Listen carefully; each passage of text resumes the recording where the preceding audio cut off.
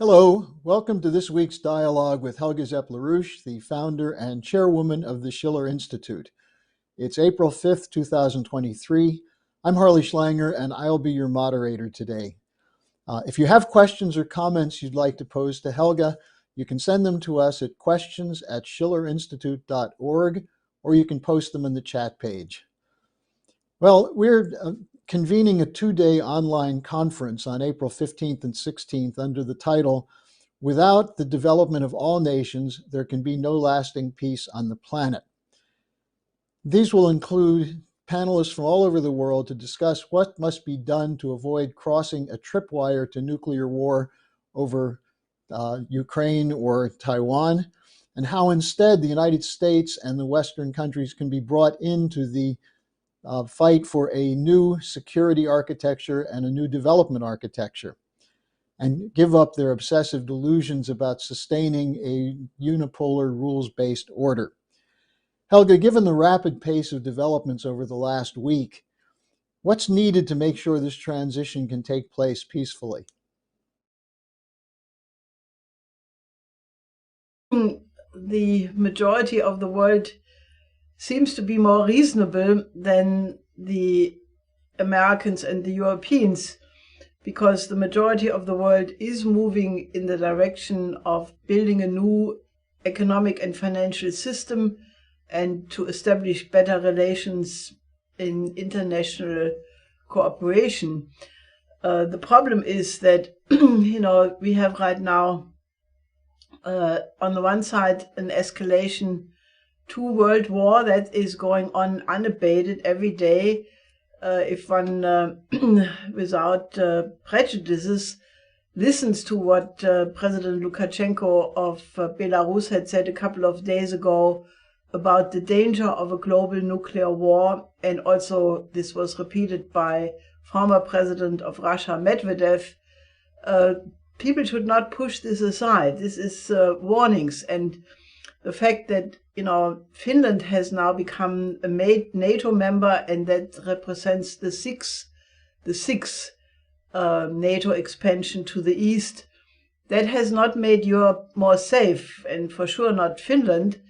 It means that a new border between Russia and Finland of, I think, something like 1,300 kilometers, direct border between NATO and Russia, has been added.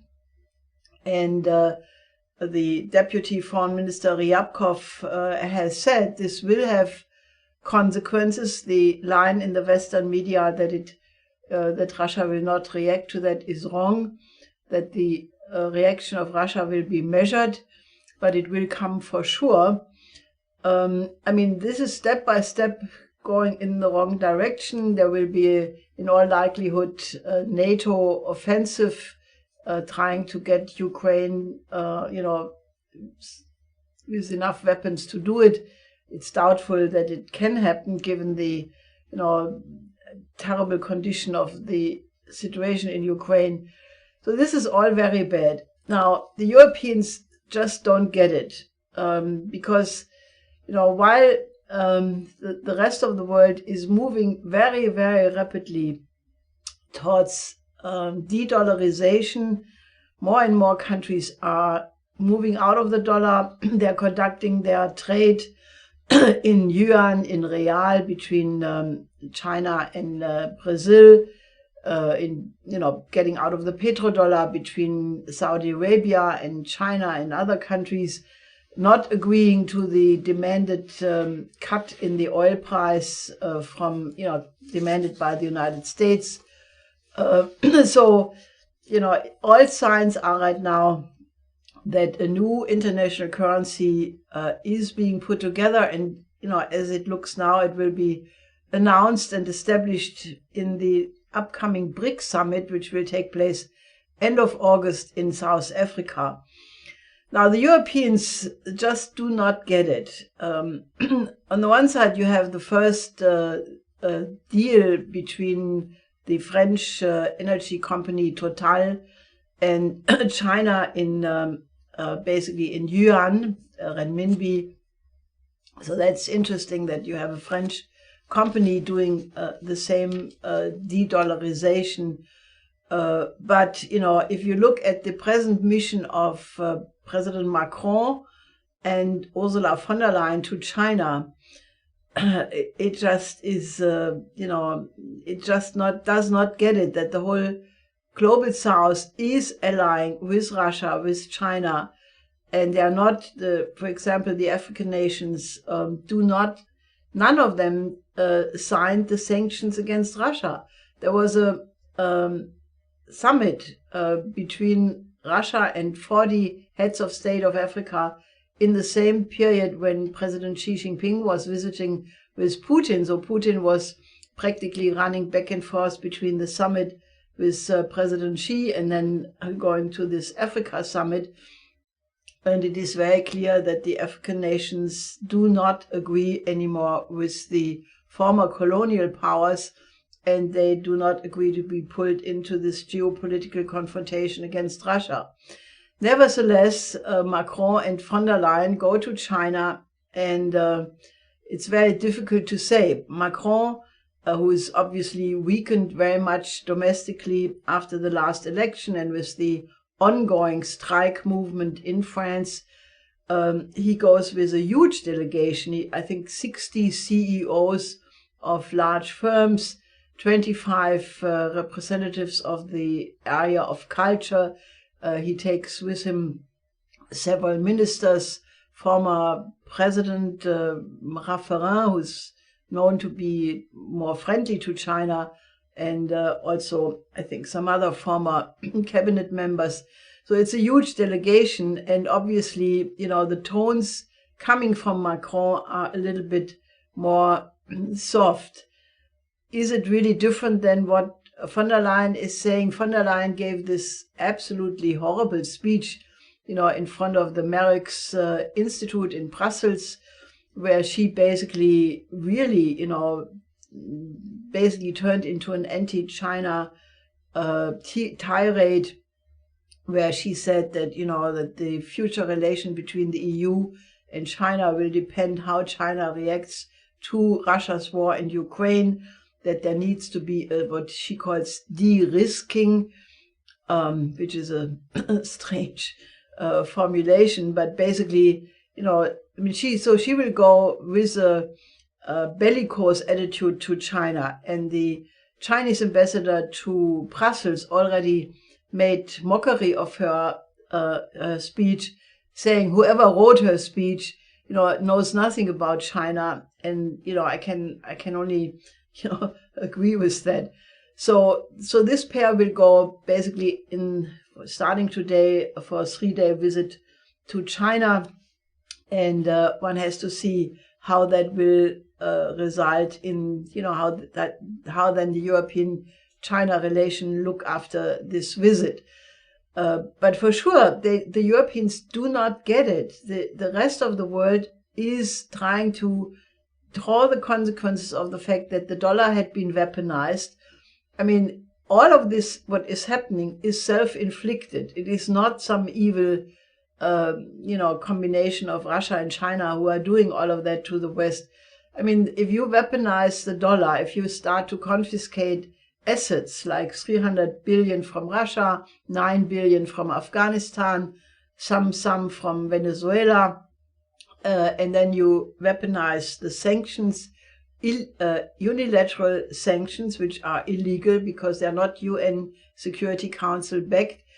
One has to not be surprised if then these countries who are targeted by all of these measures somehow say, well, we have to survive and we create a different system. So that's what we are at.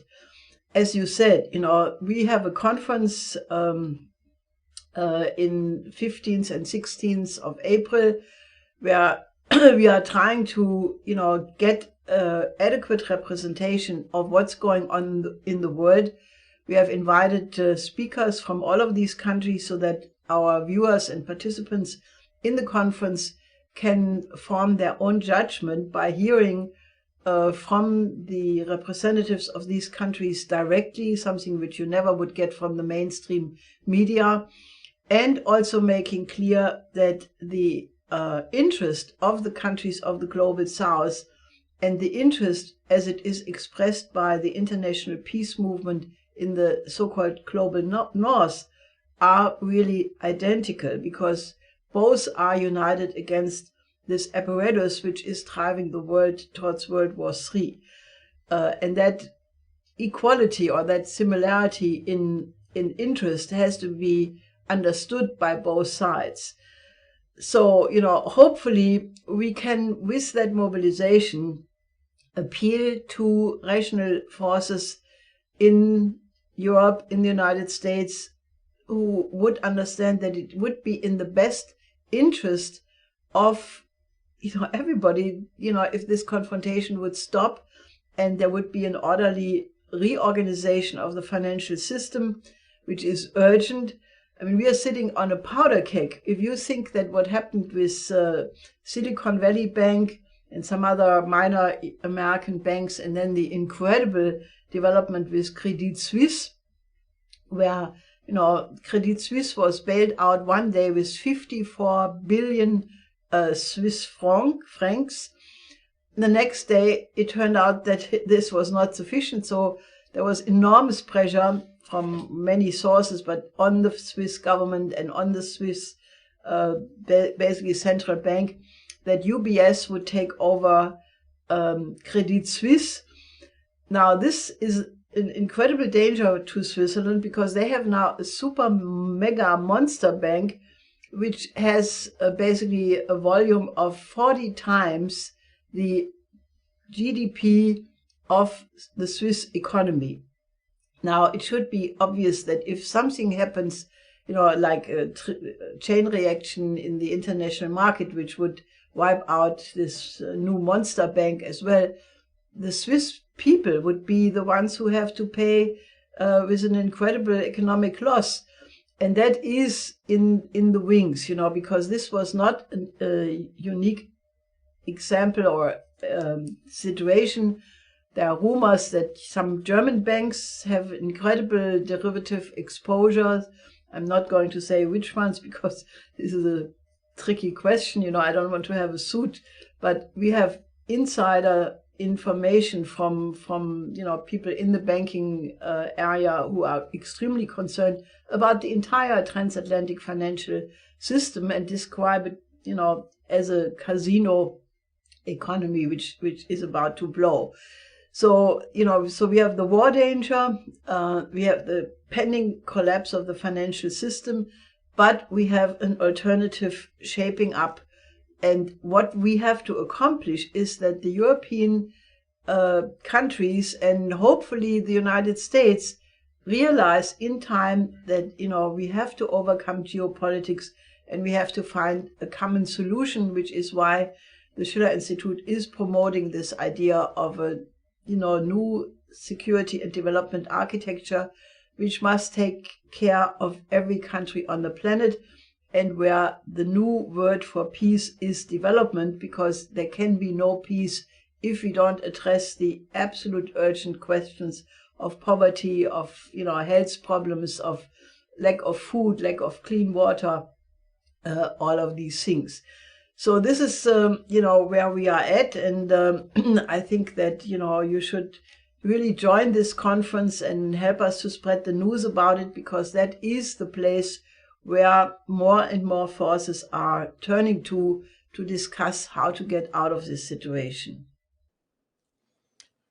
Well, it's interesting, Helga. A number of the questions that have come in are about how to organize this, what we can do to get more people, not just to the conference, but organizing for the conference.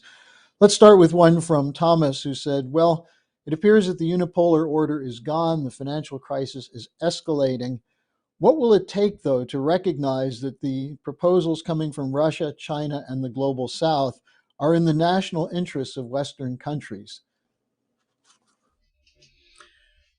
Well, they are in the interest of the Western countries, I mean, look, Russia has just put out a new foreign policy doctrine, which, I read. It's a longer paper, and, it is mostly defensive and a reaction to what Russia perceives as a policy of increasing containment but it also is, reasserting the position of Russia as a global player, rejecting the idea that what Obama had said at the time, that Russia is just a regional player.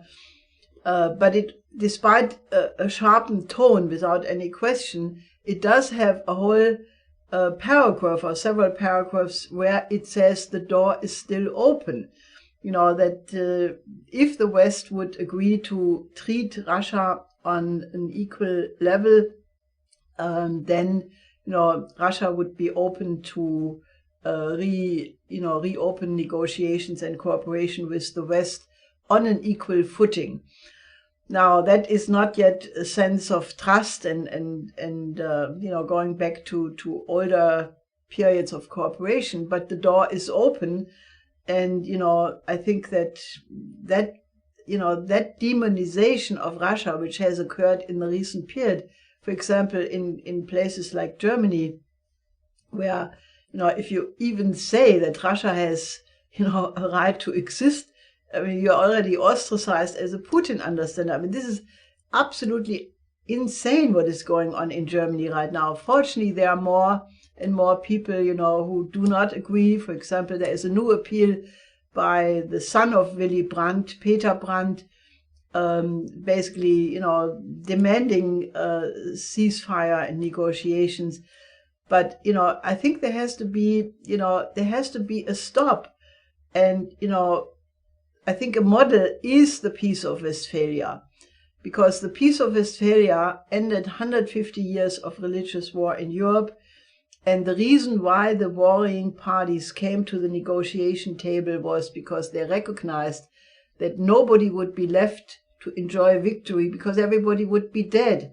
Because at that time, 1/3 of Europe was already destroyed in terms of people, villages, cattle. So then for 4 years, they sat on the negotiation table and worked out principles, which were the basis for international law. So I think that is what has to occur. And one of the principles was that for the sake of peace, one has to take into account the interest of the other. Now that is today what we are trying to put on the table with the international security and development architecture, which has to take into account the interest of every other, of Ukraine, of Russia, of China, of North Korea, of Iran, of Venezuela, of all the others. They cannot be left out of the new design. And the other principle coming from the Peace of Westphalia was that for the sake of peace, one has to forget and forgive the crimes committed by one or the other side. I mean, I have no way of knowing all these reports coming from Ukraine. And, if you have war, then atrocities happen. In general, I don't think that the majority of what is being said is truthful, because we are living in a period of black propaganda, gray propaganda. If I listen to Deutschlandfunk, which I do every day just to watch what they are saying, but there's not one truthful news anymore, doesn't have a spin. And I can judge and prove some of these news because I know what is being said and what they are saying. So how do I know what they are saying about what happens in Ukraine? But even if some crimes were committed by one or the other side, there has to be a stop, because the escalation is World War III and nobody would be left to survive that. So I think what needs to be done is we have to have a new international financial system, because the present one is hopelessly bankrupt. And if you just look at the rate with which people are getting out of the dollar, selling US treasuries. For example, Brazil has sold in the year of 22 10% of its US treasuries. China, I think 170 something billion selling US treasuries. But even Japan sold more than 180 billion US treasuries in the last year. And that should show clearly that this is not just the BRICS doing that, but a general recognition that there is something fundamentally wrong with this present casino economy, because the US basically has been printing money, and while other countries like China have been going out of speculation, forbidding speculation. And if you look at the derivative exposure of Chinese banks, it's a tiny percentage. Goldman Sachs, for example, has a derivative to capital asset exposure of 99-1. So this is a bubble, and the everything bubble is about to blow. So what is needed is an orderly reorganization of the system. What Franklin D. Roosevelt did with the Glass-Steagall Banking Separation Act in 1933, with the New Deal, with putting the Reconstruction Finance Corporation as a credit mechanism, which was replicated by the Kreditanstalt für Wiederaufbau in Germany in the post-war period. So there are reference points. We're not talking about inventing the wheel. We are talking about going back to a system of economy which did function, and all this deregulation and all this going into pure money making, maximizing the speculation profit for a few, that has to stop. And I think, if there would be a serious sign coming from the West, which would have to be credible, and there's a big gap right now after what Merkel and Hollande admitted in respect to their cheating on the Minsk process. So there has to be a credible statement. But, I think that would be the only way. And that's what we have to organize for. Well, we're continuing to get questions in from all over the world. Again, if you want to pose a question to Helga or a comment, you can do that at questions@schillerinstitute.org. Here's one from Zambia, which is interesting because I believe that's where Kamala Harris just was, trying to lecture them about democracy. It's a question from George, who writes, "The link between peace and development is what I'd love to explore more. Could you go into what this could look like?" Well, I think that if one would agree that, that the world is in an urgent need for development. I mean, look at the situation. I don't have the latest figures from the World Food Program, but the last time David Beasley published these, it was almost 2 billion people who are food insecure. 2 billion people have no access to clean water. The health conditions are terrible. You have countries such as Syria, Haiti, Afghanistan, many others, who are, basically at a starvation level, with Syria 90% people being, below the poverty line.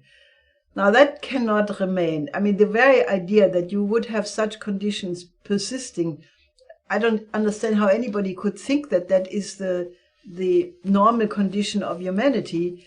So what we need is a plan, to have economic reconstruction or building up in every continent. The way it's being done is fairly obvious, because every country which ever had an industrial revolution started with basic infrastructure. Because if you don't have roads, highways, integrated waterways, energy production and distribution, communication as a precondition for industrial parks, for the mechanization of agriculture, for the improvement of food processing, transport. These are the basic things which you need, and that is what the Schiller Institute has been fighting for decades. I mean, when Xi Jinping announced the new Silk Road in 2013, we upgraded and actualized all our development programs, which we had been working on for decades, and we called it the New Silk Road Becomes the World Land Bridge. Now that report, which you can buy and get in the internet, that is a blueprint of what could be done tomorrow or today if there would be a design and willingness to build up the world economy. This is the idea, to connect all the continents through bridges and tunnels, to have basic infrastructure in all continents, eventually to get to a infrastructure density as it used to be at better times in Germany. Because people may not remember, but Germany once had a railway system which was in time. It's almost forgotten, but there was such a time. We sometimes had a highway system where you wouldn't have, repair and jams and whatnot, so, but the density of infrastructure in Germany is actually not so bad. It's now decaying, but you have waterways. If you look at the Rhine, you have beautiful up and down. They are connected, with railway lines like the Duisburg inland port. This is connected very densely then with highways. So this is the kind of infrastructure which we can build up in Africa. We can build up in Latin America. It's happening already with the help of China mainly and the Belt and Road Initiative in countries like Indonesia, in Laos, in many other countries. And that is the sign of the time, because the countries of the global south do not want the relicts of the colonial system anymore. And, I think that is what would create peace. Because if you agree that you have to put human beings in the center of economics, and that, the casino economy has to be replaced by long-term, low-interest investment in real production. Now, that is in the interest of humanity as a whole. It's not in the interest of the speculators, because they want to have returns of 20% a year or something, which you do not get from infrastructure. But infrastructure should not be looked at as a profit-making investment, because infrastructure is what creates the precondition for industry and agriculture to function. So we have to make that shift. And I'm quite optimistic that it can be done, because, the majority of the world is moving in this direction. The BRICS, the countries who have applied for membership in the BRICS, the Shanghai Cooperation Organization, the Eurasian Economic Union, ASEAN, most of what I know about the African Union. So our job really is to convince countries like France, Italy, Germany, and others, and the United States, that they should join that. I mean, there are traditions. America was not always the way they are now trying to maintain an unipolar world. The initial American Revolution was different. It was supposed to be a republic. John Quincy Adams, one of the first presidents, said the aim and purpose of the United States is not to go abroad and fight foreign monsters, but to have an alliance of perfectly sovereign republics. In Europe, Charles de Gaulle had the idea that France has a mission in the world by bringing development to other countries. He said the French are not cows standing on the grass eating grass, but we have a mission. In Germany, the periods when Germany did function in the 50s, 60s into the 70s, Germany was very respected by many countries in the world for made in Germany, which was originally meant to be a shame, turned into a quality mark, because it stood for precision, industriousness, excellent technology. Now that is vanishing. The image of Germany is quickly eroding in the world, but maybe German industry, German Mittelstand, German trade unions, German farmers can revive that idea of Germany playing a positive role. In the same way, Italy, it has the tradition of Enrico Mattei, where Italy regarded itself as a bridge between Africa and the Middle East. So there are positive traditions in all of these countries which we have to revive. Well, as you were just talking about Europe, we have three questions that just came in about Europe, and I'll lump them together. One is, from Andy, who said, Europe and Finland seem euphoric about joining NATO. Why is Finland so upbeat about this? Then from Charles, we have, my greatest fear is a hindrance for the West to enter multipolarity is the military-industrial complex. How entrenched is the war industry in Europe, and can it be overcome? And then I guess what you'd say would be an expression of German pessimism from Janos. He said, you talk like you believe that inside this corrupt system change is possible. I can't see it. If we're truthful, there's no real movement on the inside to stop this fascist war machine. What do we do? So 3 questions basically from Europe for you. Well, I think that the Finland decision, I mean, I think this is really bad. And, I really think it's stupid, because Finland had a tradition of neutrality, and Europe, Northern Europe especially, was one of the most stable regions in the world. Now they have basically given that away, and as I said earlier, I think one has to expect that there will be a Russian reaction. I mean, totally logically, probably they will put some major weapon systems along that border, which will make it clear to the Finns that this was a really rotten deal they got there. Sweden, there is tremendous pressure on Erdogan that he should give up his blocking the entry of Sweden. Obviously, there is an election coming in Turkey, but I think that is it's just a terrible move, because to think that by joining NATO at this point that you improve your security is just unbelievable. People should get out of NATO.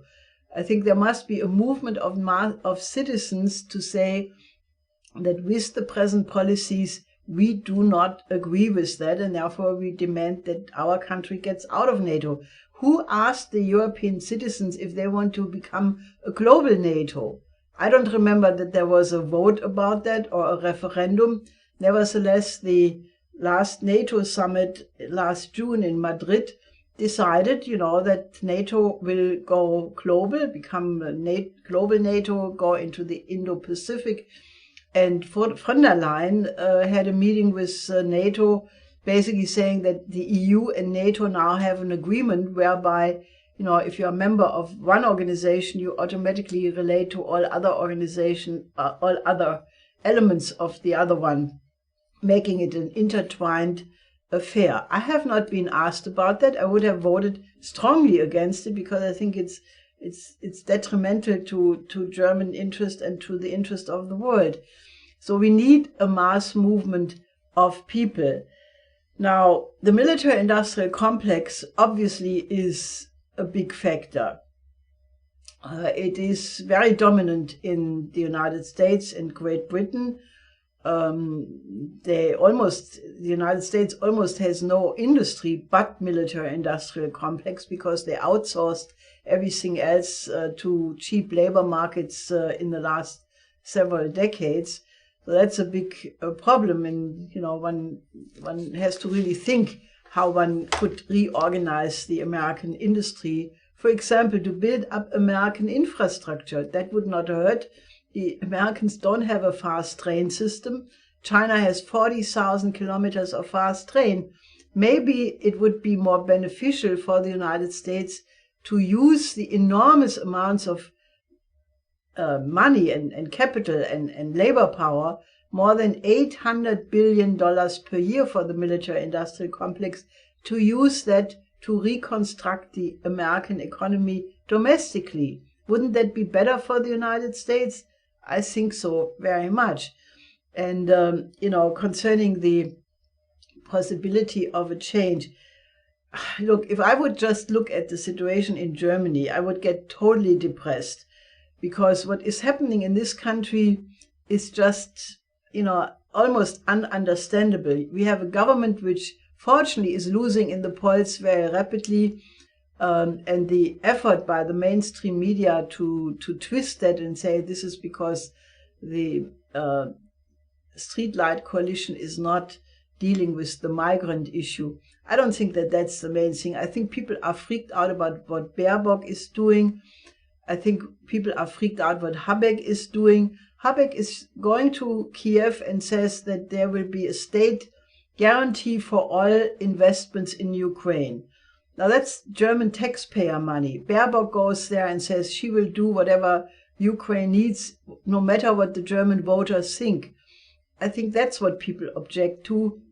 Habeck, who is an author of children novels, should go back to his original vocation, write books for children. That he's not creating. I have never read these books, so maybe they're doing damage as well. But it would be for sure less damage than what he's doing to the German economy. So hopefully this government will be voted out at the next early occasion. But if I only would look at the domestic situation in Germany or even in Europe, I would also say it's bordering impossibility. But we are experiencing right now a tectonic change, an epochal change, much, much bigger than Scholz talking about a Zeitenwende, about a change of times. We are experiencing right now a change which only occurs, sometimes 500 years.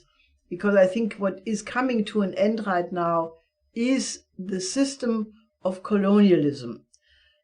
Because the countries of the global south do not want this being exploited anymore by some European powers, the former colonial powers, which naturally has then shifted to the global north more generally. And I'm absolutely certain that cannot be put back. The genie cannot be put back in the bottle, because this is the vast majority of the world. These countries are much more vibrant, much more intelligent, much more morally focused on the common good of their people than you can see it in the global north right now. And I think we are heading for a tectonic change. We may head for a crash of the financial system much more quickly than people think. And changes will occur. And, the reason why we are doing what we are doing is we want to have this an orderly transition if possible. Because if you have a disorderly collapse of the system, it has uncalculable consequences. But the change will come for sure. And as I said, we have to get more people to be reasonable and take the interest of humanity as a whole as their guiding point. And then, define national interest in cohesion with the interest of humanity as a whole. And then we have a chance. So all I can say is, you are right to be worried, but don't be passive. Get active with the Schiller Institute, because we are fighting for this for a very long time. We have thought about it a lot. We have a big network of people who think likewise all over the world. And we have to bring into force that power right now before it is too late. So join us and don't be desperate, because, the situation is very grave, and I rather have people have sleepless nights than sleepwalking into a catastrophe. But there is a chance to do a change if enough people collaborate together to this end. Well, an antidote to the pessimism would be to register to join our conference on April 15th and 16th and participate and bring other people in, because that's where this kind of discussion will generate outwards. Helga, I know because of time considerations, I have two more questions that I think you'd probably want to take. One you can probably answer quickly. It's from a foreign policy analyst in Europe who said, is there anything the Chinese could communicate to von der Leyen and Macron that might change their policy? Well, I would hope that they will do that. I'm sure they will do that. They will, make clear to the Europeans that it is in their interest to cooperate with China. China is the locomotive of the world economy. If Europe wants to survive economically, they have to work with China. The idea to diversify, that's fine, but to replace China with the idea to become independent, it's just not going to work, because, if you look at regions like Shenzhen and Shanghai and Guangdong, I mean, that is like the motor of the world economy. And, all of Asia is much more optimistic. China will have a growth rate, even according to the World Bank, of more than 5% in this year. I mean, that's in stark contrast to the expectations in Europe. So I'm sure that the Chinese will emphatically make clear that, the interest of both sides is to cooperate. Maybe Macron will listen, because he has made very beautiful speeches when he was in Xi'an some years ago. Unfortunately, not much of it materialized, but he does have sometimes the ability to pick up on good suggestions.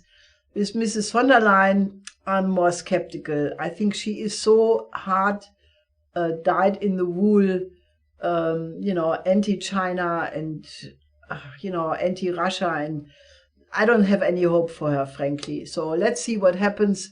Maybe I would like to be surprised for the better, but at this point, I think she is not in the right position, and I think she is not doing good for Europe. Well, here's a question that's somewhat of a follow-up on that from our friend Natasha from Serbia.